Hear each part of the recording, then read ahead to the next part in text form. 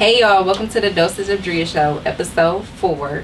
Today's dose is Life of a DJ, and today's guest is a record exec, touring DJ, radio personality, and the host of the DJ Kristyles show at WOVU 95.9 FM, DJ Kristyles. Hey, good being here. Thank you. What's going on, Mr. Kristyles?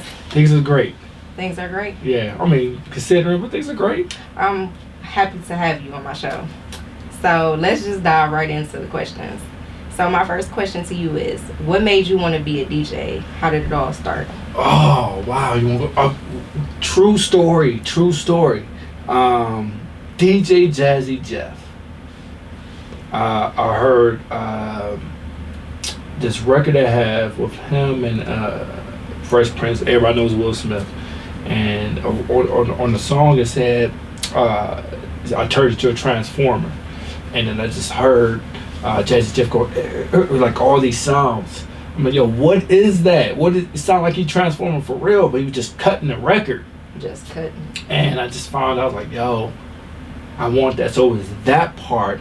And the second part to it was watching Juice. I don't know if everybody seen Juice.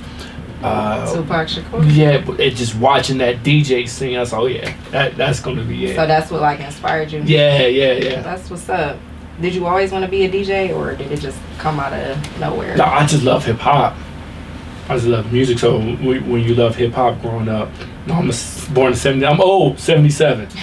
But during that time, you got Beat Street, you got Crush Groove, you had Break Into, Electric Boogaloo, and Breaking, all the movies, Wild Style about hip hop. And it's just birthed this brand new thing. It was just new for us. So that sparked something in you. Yeah, so you had to know, the elements of hip hop, either DJ, graffiti, b-boy, MCing, right? Mm-hmm. And I couldn't rap. Tried, I was going to ask you that too, because I know a lot of DJs, they try to dip into it. I keep it real. Rap. Dance, I can break every now and then, but like DJ was like the natural progression of something I know I could practice and be good at. Okay, so how did you get your first gig, and what was it, if you can remember? First time gig, maybe it was with a group. I was like 13, 14 years old. I was with a group. Didn't have any technique turntable. I think I have old belt drive turntables. I had a group. We lasted maybe 6 to 7 months. Then it didn't last no more. So you've been having a passion for being a DJ since you were a kid. Yeah, because I sing. So this wasn't a backup choice, because I know a lot of people just come out of nowhere, like even with just want to dive into something. So you've been had this passion. Oh, absolutely. My brother probably started first doing it because he knew people in music. He used to have little equipment sitting there. I used to play with it and break his records and his needles. And so, like, this is what I do. So I'm a DJ. Yes. Okay, so, and I know equipment costs money, all of that. So, like, how did you make money when you were starting your career? Like, how did you make money to fund yourself as a DJ, starting out for turntables, whatever you had to buy, headphones? So what the beginning was, my mom bought it for Christmas. And I was like 13, 14, and then thought the group was going to go somewhere, and it didn't. And I got mad, and I unhooked everything and said, I'm done with it. For like 6 years, I stopped. And then when I got into college, I went to JUCO, and when I got back into college and started going around radio station, going around other DJs, I said, yo, I need to get back into it. And so I just inched my way and get back into DJing again. So was that yourself, like, were you trying to take a break for a minute and like reevaluate, or was it just? I think at that time at 14, I just couldn't buy records. I couldn't do anything, and I was doing athletics at the time, playing basketball, football, high school. So that took up most of my time. Okay. So I kind of just pulled away. Still love hip hop. Still love people who DJ. Still watched it, but it was more sports at that time until I got back into college.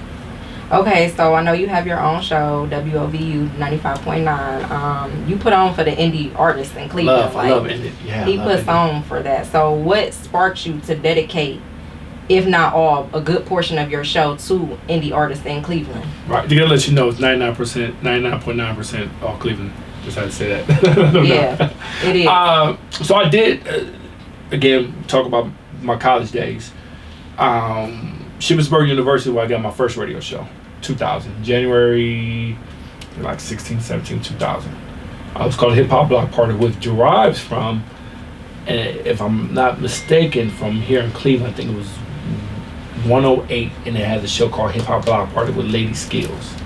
I think that's what it was. So shout out to Lady Skills from Cleveland. But there, I got into independent music. All right, so independent hip hop. When you talk about Ruckus Records, we talk about Landspeed Records, there are all these independent artists, and that's what college radio was. Independent music. During that time there, I also played the area music. So Harrisburg, Pennsylvania, Philly, Chambersburg, PA, and all them guys. Those artists come to my show. I should put them on the radio. I'm like, why not? You know, and that's kind of where my spark. So I derived from independent hip hop. Yeah, especially like, you know, college stations, they do that. Like I went to Cleveland State, they do stuff like, they don't really do hip hop, but you know, they will play some independent artists, you know, you never heard of. That's a good opportunity for people. Absolutely. So from there, when I went to Harrisburg, Pennsylvania, moved there, my whole movement was just independent artists. So I used to bring them on my show. I did a lot of things there with just all independent artists. That was my niche. You know, this game, you gotta find a niche you don't like. Right? And once you find it, you want to run with it. And then I just kept with it. So when I moved back to Ohio in 2012, say I'm going to get back into more just dipping into the city. Into the city of Cleveland stuff, right? And then when I got my show, shout out to Big Squeeze, because Big Squeeze was one of the first at WOVU. He was there a month before I came, and he played a little bit both Cleveland and commercial artists. And so I always say Squeeze was the catalyst. I just took it and just ran with it more, you know, just open it up a little bit more. And it was like, why not? Let's think about it.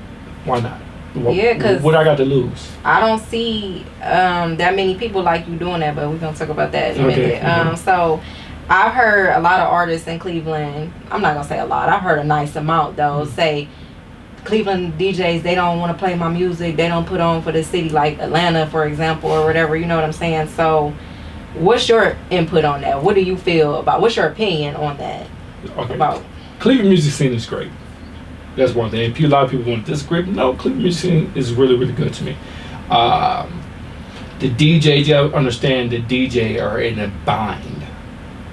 If we're talking about music, like let's keep it real. I always keep it 100. Every song that I play on my show is not good.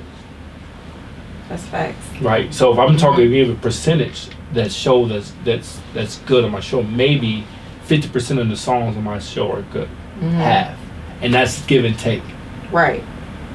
When you talk about DJ playing it in the clubs, it's the club. You got to dance. You got to move. You got to have a vibe. And if your music don't got that vibe, if it stops the crowd, that's a no-no for a DJ. Right. So your song got to go. So when you talk about DJs don't support, well, first you got to make that record that goes. Right. Right. What played on the radio may not be that club record. That's true. It's a different. And sometimes club records don't resonate the same and then on the it's radio. also like, you know, with people, popularity is a lot in Cleveland also. You know what I'm saying? Like, I respect you because I've noticed, I'm like, you play people that have from 17K to 100 followers. You know what I'm saying? So, like, people are looking more into, I'm not going to name anybody, but like higher up DJs or whatever you want to call it. You got to start somewhere. You know what I'm saying? I don't know how to word it properly, but look into local before you start trying to go big. You know what I'm saying? That's what I tell artists. When I DJ'd at East End, I think it was 2017. I was doing 2016, 2017, a little bit 2018. But I played a whole hour of Cleveland music. But I just played the bangers that I knew. And then people used to be like, yo, what's that record? What's that record? So it is time that DJs can play, but let's be honest, we can't. If it's 12 o'clock and your song is not a banger, how am I gonna play it next to Lil Baby or Jeezy and them? Like, you gotta be serious. Now if it's a hot record, now we did have some hot records come out that, you know, Cleveland went and you gotta play those records. But as far as support, the DJs do support. But it got to be a twofold, though. Two-lane street. Artists got to support the DJs, too. That's true. I agree. Like, artists, producers, everybody needs to support each other. And, you know, I'm not going to say everybody that's popular got has good stuff out here Right. on the radio, because majority of the popular people, they don't. But Right. you know, but yeah, They got a movement. They got a movement, man, and a lot of it is the movement. You might not like the record, but if enough people, you know, again, you talk about consumers, you talk about audience, and talk about people. If people listen, they want it. If you went to Cleveland Versus, right? Yeah. In the Cleveland Versus, I went to, it was, I think, Prem DiBiase, Fly Tie, Aki, Pool Gutter, who else? RT and Shank. It was covered as the Cleveland Versus at this club. And this thing was packed. And they were playing this in all their songs, and everybody in the crowd knew their records. I'm sitting there like, yo, this is Cleveland. This is what it is. Would you say Cleveland don't support? Well, they knew every word of every single one of these artists, every song they put up. And sometimes you don't know who's secretly supporting you. You never know. So you just gotta keep that eye open. So how do you keep up with the latest music trends? The kids.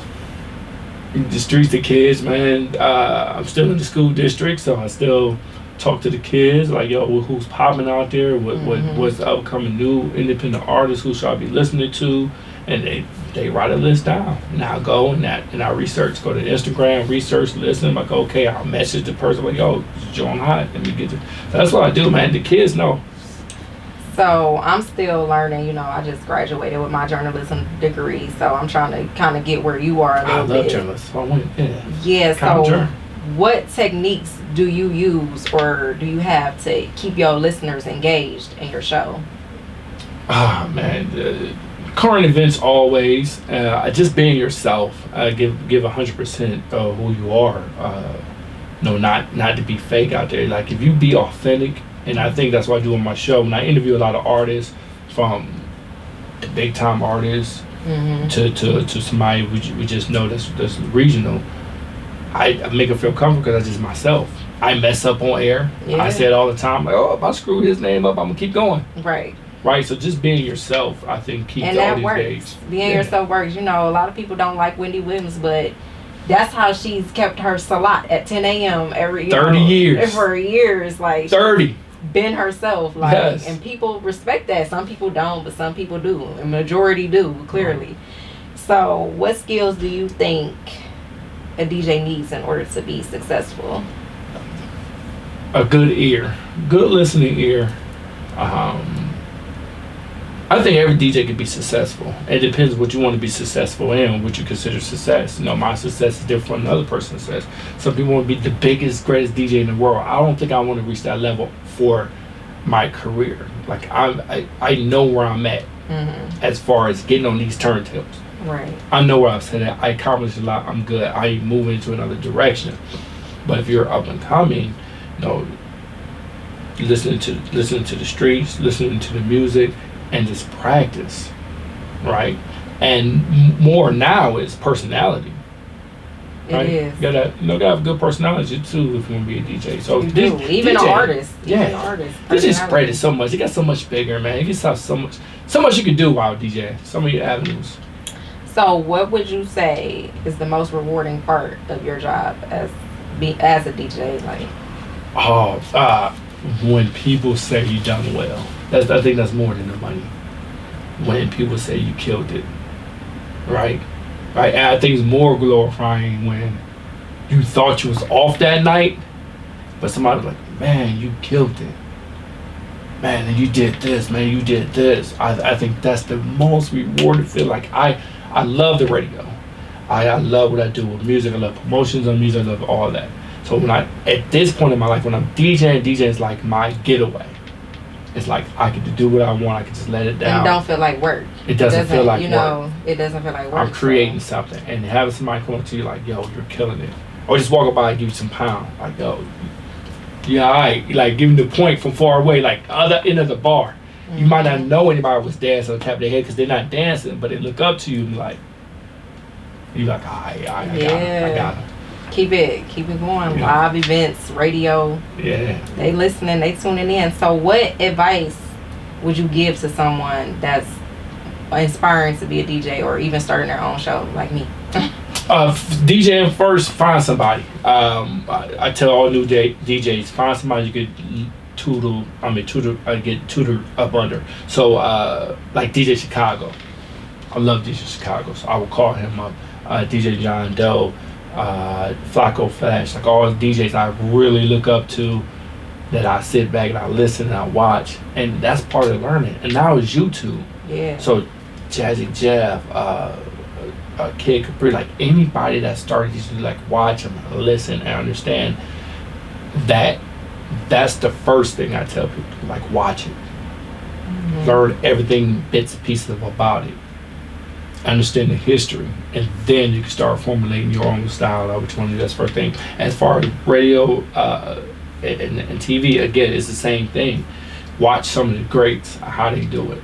Take a little bit pieces out of it, and what they do well, and you know how they form the question. How do they do? How do they get there? How much research do they go into? Preparation. You know. Now for DJing wise, I don't prep like I'm supposed to. I just go. But it ends up coming naturally. Yeah, it comes that's naturally. Me. Yeah. You can prep if you want to. I don't always prep. I don't prep. But for when I do it for interviews and stuff, I prep. I do pre-prep. I listen. I read past interviews. I look at it. Okay, they ask this question, and try to get tidbits. And from there, I have one, Erica Hubbard. Shout out to Erica. She, like, how did you know about this? How do you know about that question? But it was just from my old interview. When you know who you're interviewing to, like once you even like having like a little bit of knowledge, you know, that just makes the conversation go flow or whatever you want to call it. Right. But yeah, though, this is the man right here. He puts on for the city. So if you're a rapper, Dosage of Drea Show. That's it. Yeah, if you're a rapper, anything, send your music. DJ Kristyles. Send it to me. Music director at wovu.org. Send the music to me. I don't care as long as it's clean edited. No cursing. No cursing. Bio, EPK, and all that other good stuff with it. I mean, good to go. So I want to thank you again. I appreciate you for taking time out of your day from your show, whatever you had to do, to come on my show and sit and talk with me. And I hope we can do something like this again. This is my first podcast interview or any type of interview like this. Usually I'm doing an interview, so I appreciate you. You are the first. You are my first official, legit platform interview. I am so honored. So yeah, that concludes episode 4. Stay tuned for new episodes coming. Thank you for watching.